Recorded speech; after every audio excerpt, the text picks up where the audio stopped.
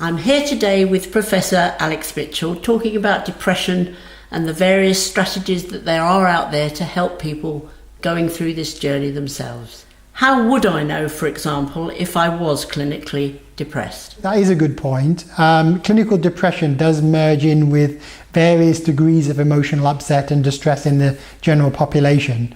But I guess red flags of depression, clinical depression, would be if your daily function is severely impaired, that you can't run life as normal. If you can't go to work or you can't run the family the same way you would normally want to, that's a red flag. Secondly, if you're very distressed, particularly if that distress is there most of the day and for many, many days in a row, probably for several weeks, and it doesn't seem to be shifting, that's a second red flag to say you should get help. Really, it's better to err on the side of caution and ask for help, even if you're not sure whether it's a clinical depression. If for you're struggling with your mood and you can't get out of it, you're using your own resources, but really you're stuck, that's good enough, a good enough reason to ask for help. You don't need to be 100% certain before you go to see a clinician or your GP. It's reasonable to ask for help early when you're not certain and receive help, at a prompt time. Are there basically any warning signs, would you say, or early symptoms of depression?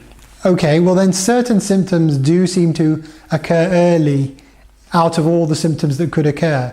So if you look at depression symptoms, certain symptoms are lost early in depression. For example, poor concentration is a kind of a symptom that often is impaired very early. It's quick to disappear with depression.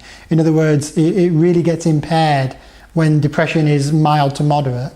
And it's slow to return. Even when depression is mostly recovered, when the person's mostly recovered, poor concentration tends to linger. So poor concentration is one. Sleep disturbance is another. Sleep problems often occur early, but that may be because sleep problems are themselves a cause of depression or an amplifier of depression. So that could be a factor there.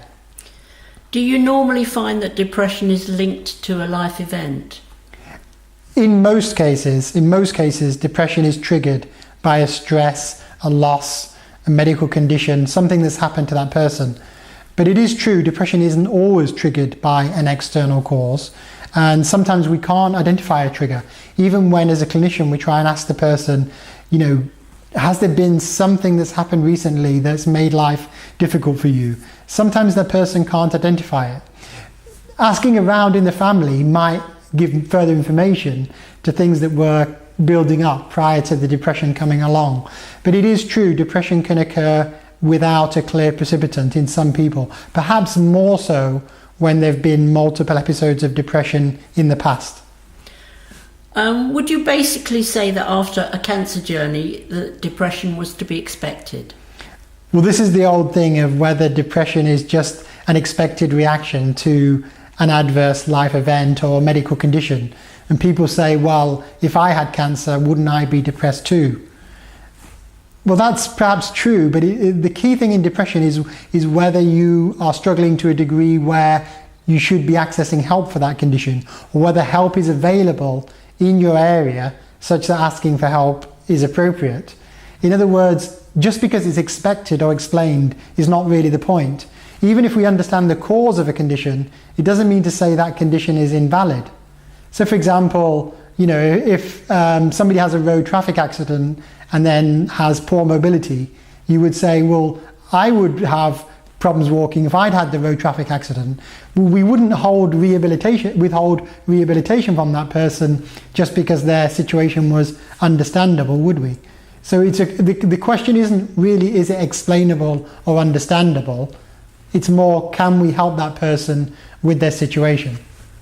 How common do you find depression is after a cancer? We've looked at this quite carefully, the question of how frequent is depression. And in general terms, depression in the community in primary care is about 1 in 5 patients coming to see their GP. And the rate in cancer settings in oncology is slightly higher than that. It's perhaps up to 1 in 3 if you include all types of depression. And of course, depression also heavily overlaps with anxiety disorders. So you've got kind of mixed mood disorders there as well, which have a certain terminology in mental health. But all told, at any one time, it's about 1 in 3. But then if you track people over time, which means asking people again and again, like at each hospital admission or at each clinic appointment, are you struggling today, or rating them on a rating scale over a long period of time, let's say a year or more, the rates are even higher than 1 in 3. They could be as much as 1 in 2. Half of people who have a cancer diagnosis will develop a clinical depression at some point. But still, it's important for viewers to realise the majority of people don't get a clinical depression. And we can't think of clinical depression as statistically normal. It's still a condition which is an outlier requiring treatment and help. Would the answer to a depression after cancer be just to treat the cancer? In principle, if depression has occurred because of the cancer, it's a reasonable assumption to say, can I treat the cancer, and therefore if the cancer improves, will the depression improve? That is true, but not all cancers are fully treatable. Even though treatments for cancer have markedly improved over the last couple of decades, not all cancers are totally curable. So even if that was a plausible possibility, it's not going to work for everyone. In fact, we have tracked anxiety and depression symptoms after cancer diagnosis in hundreds, if not thousands of patients now worldwide. And it turns out even when cancer is totally treated, depression and anxiety can still occur. For example, you can have problems getting back to work even though your cancer is effectively cured. You can have problems worrying about cancer recurrence, i.e. will cancer come back, even when cancer is completely cured at baseline. So there are reasons that might be perpetuating factors that mean depression or anxiety is actually higher than normal even when cancer treatment has been successfully completed. And do you think the attitude to cancer influences survival rates? That's actually a big question in science, whether the psychological outlook of the patient influences their medical outcomes, their survival. And it has been studied now in scores of studies now around the world. And it turns out that the psychological outlook is correlated with the survival of the patient, even though the effect is modest. So let's say if the patient, to use a slightly jargon term here, has fighting spirit, it means they're determined, they're going to beat this condition. If they have that fighting spirit, they do better statistically than if somebody has, let's say, a psychological outlook where they say, I'm giving up, I really can't face fighting anymore, the cancer's won, if you like, it's got the better of me. That so-called hopeless outlook, as it was called in the literature, has statistically a worse outcome than those with a determined fighting spirit. Now the problem with that observation is it necessarily causative?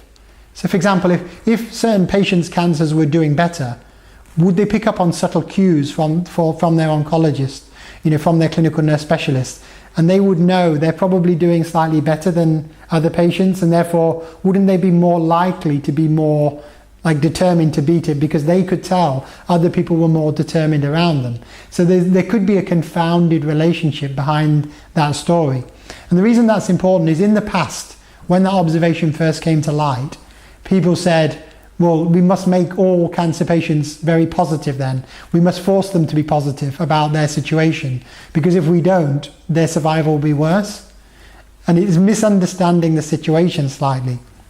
And the reason that we now know more about this is to complete the loop, if you like. There's an observation that there's an effect, but when you try to influence somebody's psychological attitude, giving them an antidepressant, enrolling them into group therapy, or giving them peer support, those things don't appear to actually influence the survival of the patient. They influence the patient's well-being and the quality of life. But the psychological or psychiatric intervention doesn't actually alter the patient's survival. So to summarize that really complex discussion, there is a link between the psychological outlook and survival, but it's not determining the survival.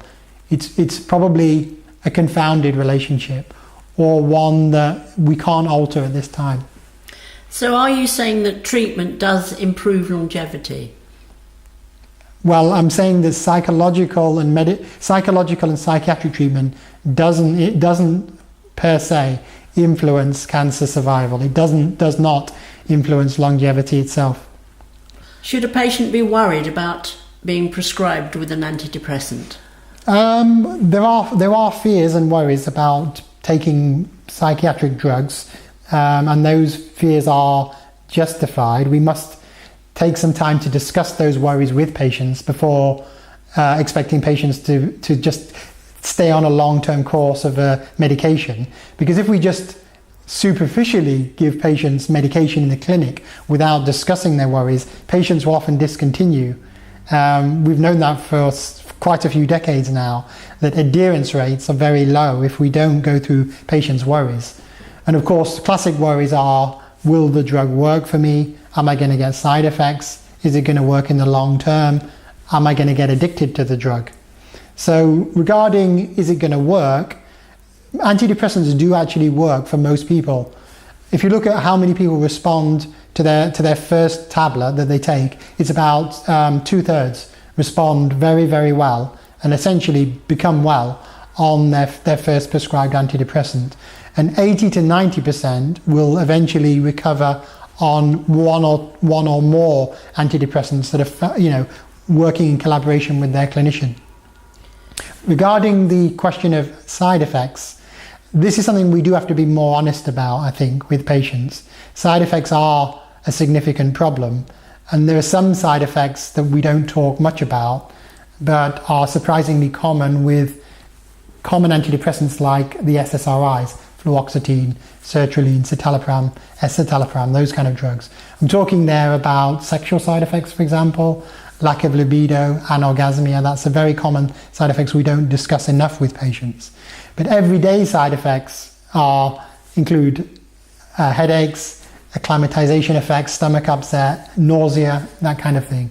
And those early side effects tend to wear off quickly with time. Long-term side effects are probably about 1 in 3 patients experience a long-term side effect. But working in collaboration with their clinician, we should be able to reduce that in various different ways.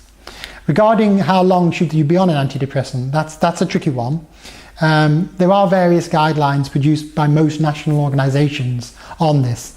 But a rule of thumb is if it's your first episode of depression, and it's a clear trigger, so there's something that has caused it, and that cause has been addressed, so to speak, then it's reasonable to come off your antidepressant having got well after about 6 months. 6 months staying on the drug after you become well on that tablet.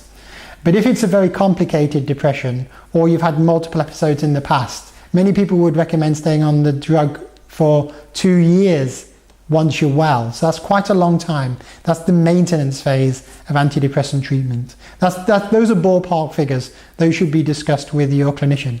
And regarding the final fear, if you like, that is, are antidepressants addictive? We generally simplify that and say, no, they're not addictive like the old school benzodiazepines like lorazepam and diazepam are addictive. However, it is true that antidepressants may have a withdrawal side effect, which means when you come off them, if you come off them too quickly, then you can get some of those symptoms that we were talking about before might come to the surface again. For example, you might have headache, nausea, you might have agitation, you might have rebound anxiety symptoms, you might have sleep disturbance, those kind of things. So withdrawal symptoms should be managed with your clinician as well. But these are all reasonable questions to ask your clinician about whether to take an antidepressant or not.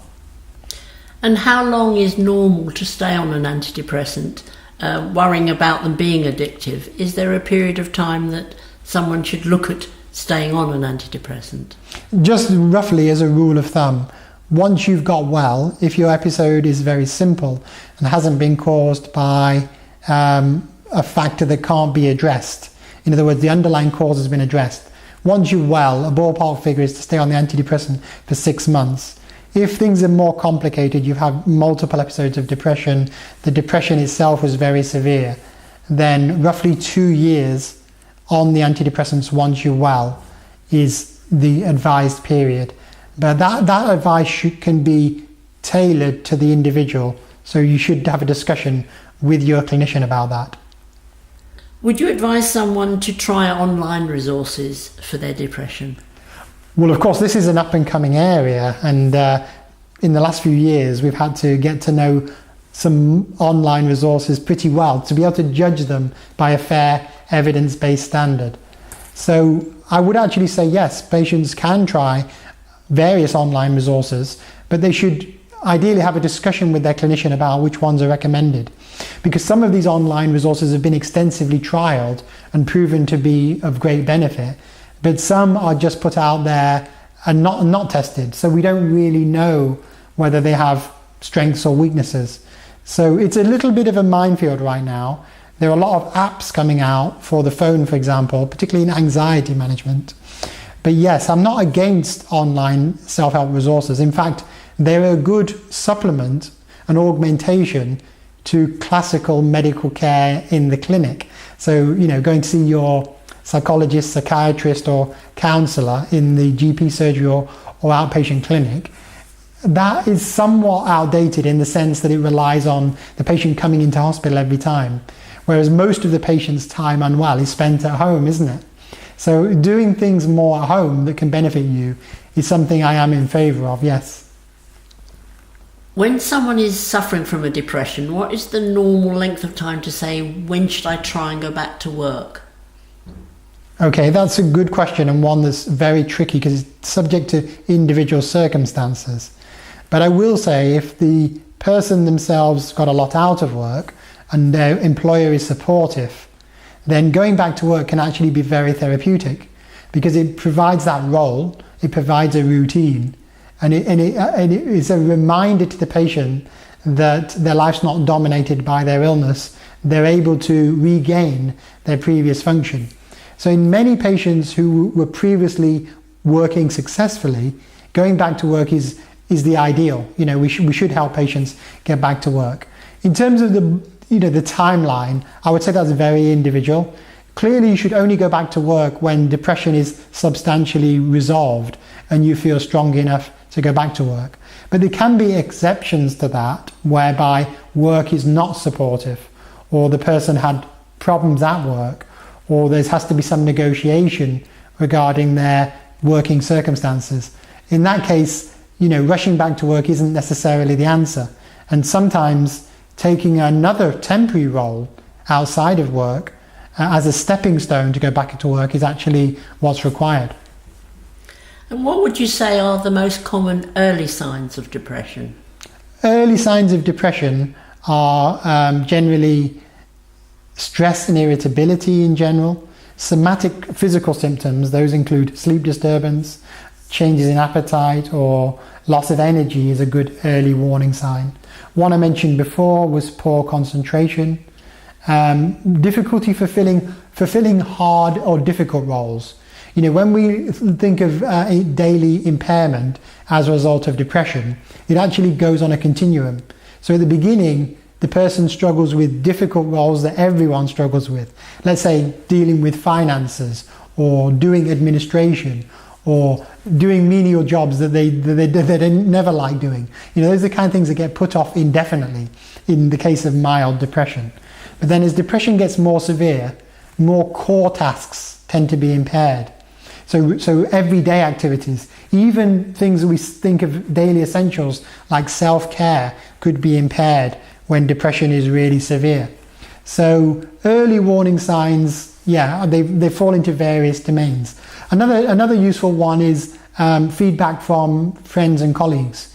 If friends and colleagues give you regular feedback that, are you asking, are you sure you're okay, or can I help? That's often a red flag to saying, is there something going wrong right now which you should be recognizing as out of the ordinary for you?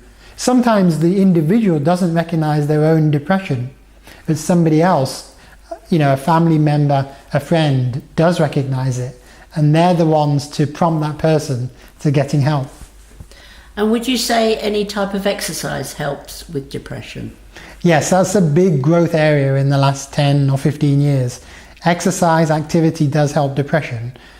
I've done a whole video on this online already. It's a very complicated topic. But essentially, doing things that begin at a low level, maybe going for a walk, particularly with a friend, doing yoga, doing a class, those kind of things can help depression in the early stages. In fact, it helps prevent depression becoming more severe. So yes, I'm definitely with you on that one. Exercise activity is a very, very useful adjunct to classical psychiatric or psychological treatments for depression. A commonly asked question is, how do I prevent depression coming back? Yes, well, of course, it depends on the precipitants to the original depression. If the reasons for depression coming on in the first place have not been addressed, it's likely to recur again in the future. So addressing the underlying concerns is one of the best strategies for preventing reoccurrence of depression. In addition to that, maintenance treatment, which basically means staying on your treatment even though you feel you've recovered in yourself, prevents depression coming back quite significantly. It might reduce the likelihood of a future episode by 50% or more. So there is a good rationale for continuing treatment, even when you feel better, for quite a long period of time, a surprisingly long period of time. That's something patients don't often realize when they start an antidepressant, that they should continue even when they've initially recovered. Now, the third angle to this is general supportive mechanisms that you can put in place.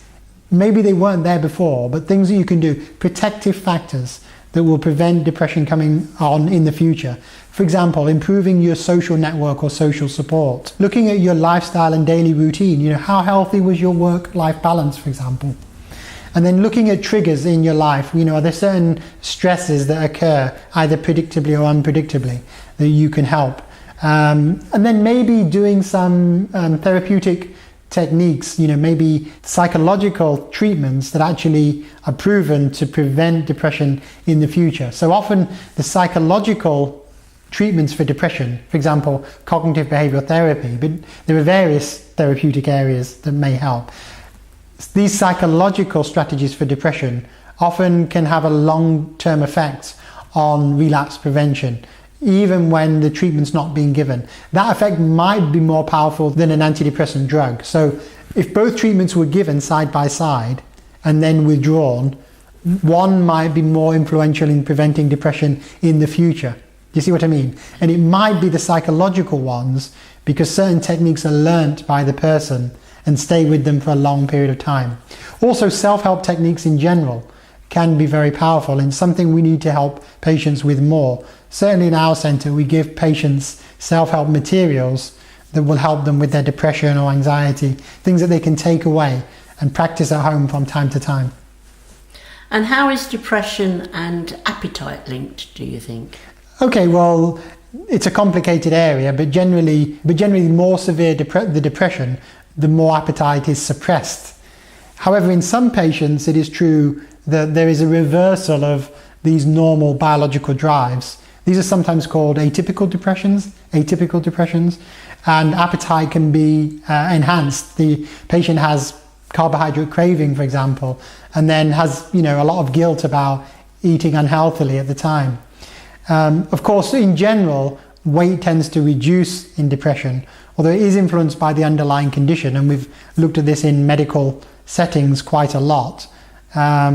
It's a topic for another day, but essentially appetite and depression are linked, but not in a wholly predictable way. Is depression caused by a biological change in the brain, do you think? That's a controversial question, and I've spent a long time myself looking into these physiological markers of depression. For example, stress hormones like cortisol or thyroid hormones. If somebody has a thyroid hormone abnormality, in their endocrine system, for example, hypothyroidism, depression is disproportionately high in that group. But does that mean primary depression out there in the community is caused by a biological substrate? Well, there have been literally thousands of studies on this, and most of them show that the brain is affected by depression, but when depression recovers, the physiological or pathophysiological marker also recovers.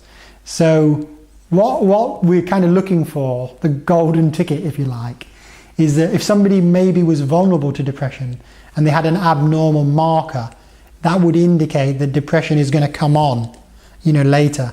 And that hasn't really been found. There perhaps is another way of looking at it as well. When depression is present and there's an abnormal marker, could it indicate how long depression will be around for? Could it indicate the prognosis?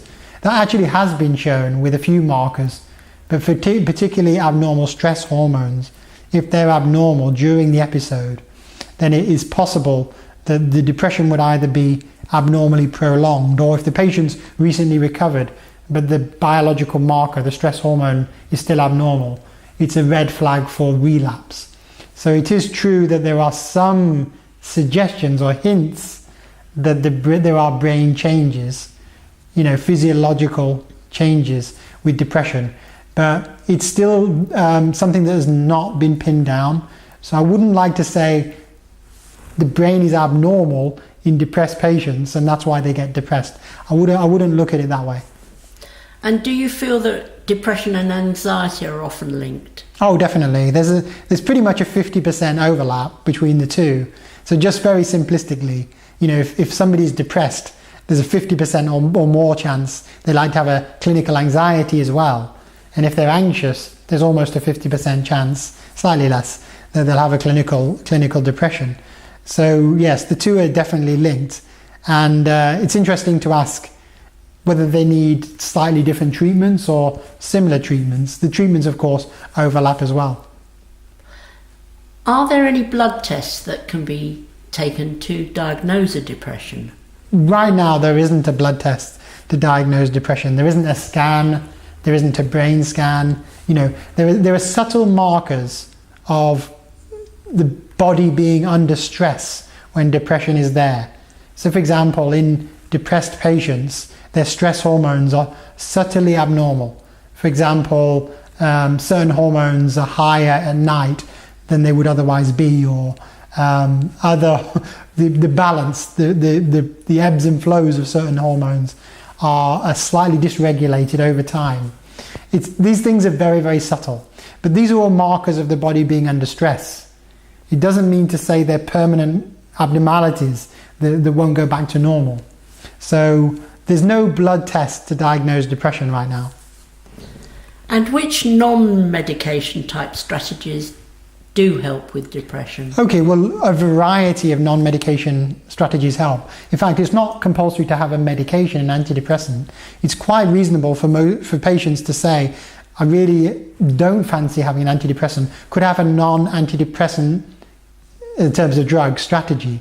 So psychological techniques like CBT, which stands for cognitive behavioral therapy, has been proven successful in many patients.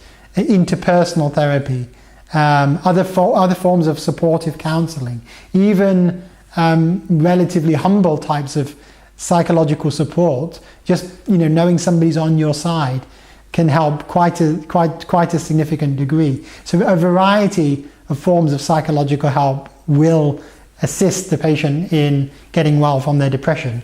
In addition to that, there's the whole area of self-help resources. There's the whole area of online resources now. There's informal support. There's complementary treatments. In some ways, it's about finding what's right for that person.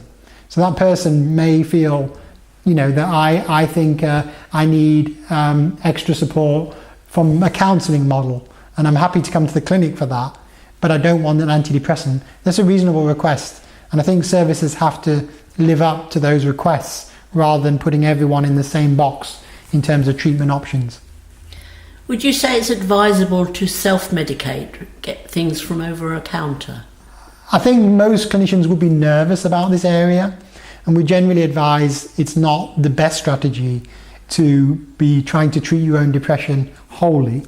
But I think in recent years, this is not everyone will agree with me here, but I think we should be mindful of the fact that a lot of patients do self-medicate with a variety of substances, and some of them are, in a slightly grey area, like vitamins and dietary supplements, St. John's wort, or there's a variety of things that patients try to access And as a clinician, I think it's worth keeping an open mind to those things. Even antidepressants, the clinician often thinks they're totally in charge because they've prescribed the dose and the frequency. But it's very interesting that patients often control their dosing more to suit themselves. So they actually use the antidepressant sometimes more symptomatically. That means when they're feeling bad rather than as a background effect. But just so you know, an antidepressant doesn't really work as symptomatic relief. It has a much more longer term subtle effect, rather like an antibiotic. How long does it take an antidepressant to start to work? Yes, that's an interesting one. I mean, this is misunderstood because we've looked at this in perhaps the wrong way when we've been looking at drug trials. And we've generally looked at the effect of how long does the drug take to have an additional effect beyond a placebo, which is an inert tablet that might or might not be active that we prescribe in a randomized way to the patient in a trial. And of course, it takes quite a long time to separate from a placebo, because placebo in depression is surprisingly effective. Not for everyone, but there's a definite effect there which we shouldn't ignore. So the separation from placebo takes a long time. Because of that differential effect, we as clinicians saw that and thought that was the onset of the true antidepressant effect. And therefore we used to say to patients it would take at least 2 weeks, but often 4 or more weeks to really start to work. But that's actually statistically untrue. If you look at the tracking of depression symptoms from the day somebody starts an antidepressant, and if you take the time to measure their mood at least once a day, you find that their mood starts to improve substantially very quickly, within days. I'm not saying they feel wholly better within days. I'm saying they begin to feel the effects of an antidepressant. Now you might say to me, but is that the biological effect of the drug, or is it the milieu of somebody helping and me being on their side saying, come on, we're with you, trying to get you well again? Well, yeah, we don't really know that, but it doesn't matter. The point is the patient's beginning to feel an effect. In clinical practice, it doesn't matter where the positive effect comes from, as long as the patient feels better. Now, that's the key thing. And do you feel that complementary treatments help with depression? Yes, again, that's a controversial area, but they definitely help some patients, even though they're patchily available on the NHS and often not prescribed as such. So I would say again to the clinician, don't be totally closed off about this, because it will prevent the dialogue with your patient. But some scientists would definitely say the strong evidence for complementary treatments having an additional effect beyond the placebo is relatively weak, particularly in moderate to severe depressions. But certain patients would say, definitely complementary treatments help me, so why won't you let me have it? So you've got these two forces that are opposed really. And, I'd say keep an open mind to patients and have a dialogue with your patient about that. And if at the end of the day the patient believes it's helping them, I don't see any great harm in it. And what role do you feel social support plays in depression? Definitely social support has a key role, yeah. Social support is very influential in the onset of a depressive episode, in the course of depression, and in relapses of depression later on. It's one of the big factors actually determining the outcome of depressions. So the tricky question is, how influenceable is social support? Can we improve a patient's social support when they do feel a little bit alone and a little bit isolated? And we can with things like group therapy, peer support, but those are the kind of things, ironically, that are often not well funded in the NHS. And I think we need more studies on them for sure, but organised peer support roles could really help depression, and we have shown that in our own centre. So I think social support in general, whether that's informally or formally, can really help, definitely. And how would you regard the question of whether to tell an employer that you have depression? Yes, that's tricky, because it actually depends on how supportive your employer is. In an ideal world, your employer is supportive to the fact that you've been unwell with a legitimate illness.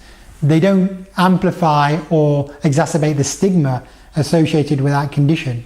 And they make reasonable adaptations when you return to work, perhaps on a phased return. Maybe some factors in the workplace have contributed, and they will be mindful of that and help you navigate that and get you back to work in a way that works for you. That's the ideal world. But some employers, we know some employers are not holding those attitudes, that they will make life difficult for patients who are depressed. They won't be very understanding. So I totally understand the patient's dilemma in disclosing their illness to their employer. Ultimately, I think it's an individual decision what to do. If you were to ask me, it's 50-50, should you disclose? I think in general we should try and disclose, because disclosing and talking about depression ultimately helps reduce the stigma and the shame associated with it that people can hold generally. So I'm more in favour of disclosing it, but I'll do it in conjunction with the patient and trying to help them. So I'm very happy to write a supportive letter to the employer to say, this patient's had, a legitimate, difficult illness. We're supporting them. They need these adaptations. They need to return to work slowly on a phased return. And, why don't you work with us in doing what's best for your employee? Because ultimately the employer wants their employee to be working at their best for them, don't they? So working with them collaboratively should be the goal, rather than punishing them or making life difficult. When someone is struggling with a depression, what motivation might help them to get going again? Yeah, well, of course, motivation is a core symptom of depression. And actually, although it's not in the classic medical checklists of depression, it is one of the most common symptoms of depression. So I totally see where you're coming from here.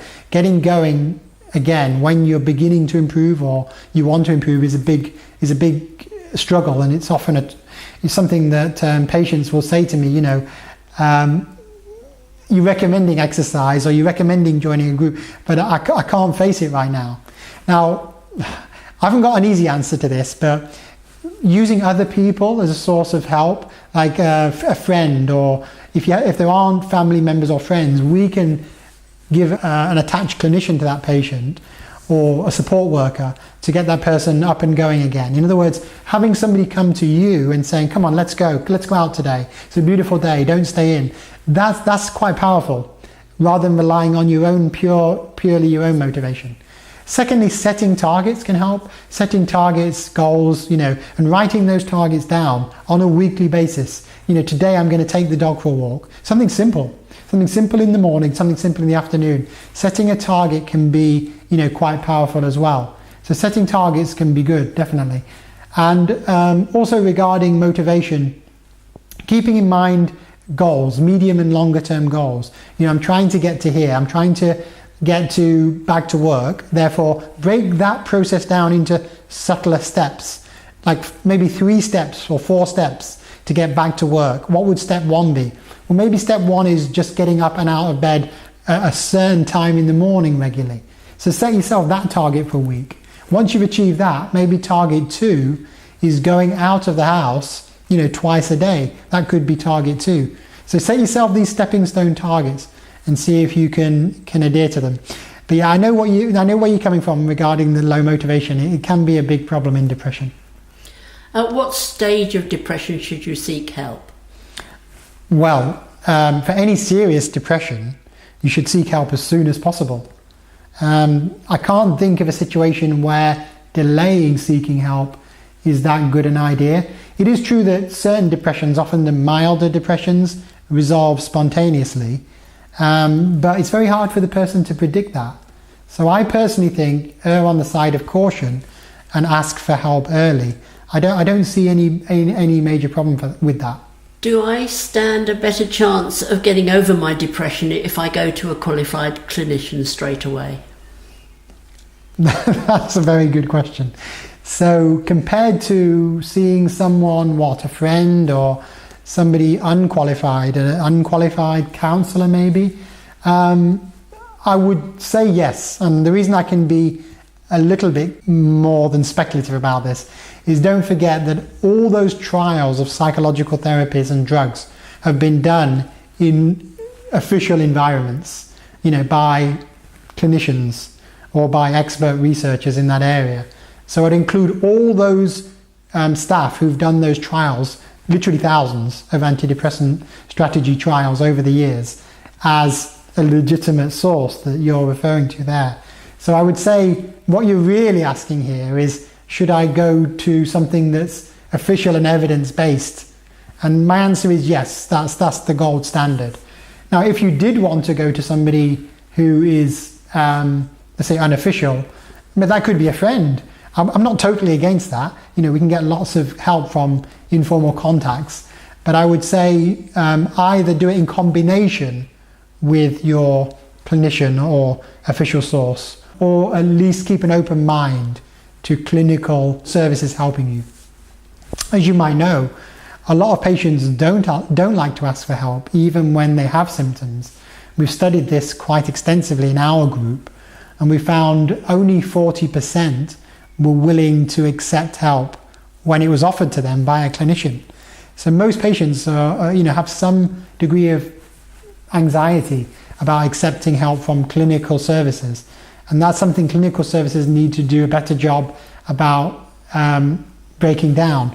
We need to do a better job of saying our services are here, acceptability is high, it's not got a massive waiting list, which I know is a problem in some services. If we've got a service that only is going to put people onto a waiting list for months and months on end, that's a nonsense. This is one for the organisation, for the hospital and the hospital managers to sort out. But it's a complete nonsense to expect anyone with a clinical depression to be referred to a hospital and then go onto a waiting list with no formal help for months on end. That's not acceptable. Do you think it could be helpful to seek peer support when suffering from depression? Yeah, peer support is support from other people that have been through a similar situation. Yes. It has been studied in depression in around 30 to 40 studies, which is not as many by any means as other treatments like antidepressants. But in my opinion, there's definitely promise in peer support. And I actually believe it will be more studied in the future and almost certainly shown to be of strong benefit. So I am an advocate of peer support, even though the evidence base could be stronger right now. So it's relatively understudied. But I've got a lot of optimism that strategy will be effective.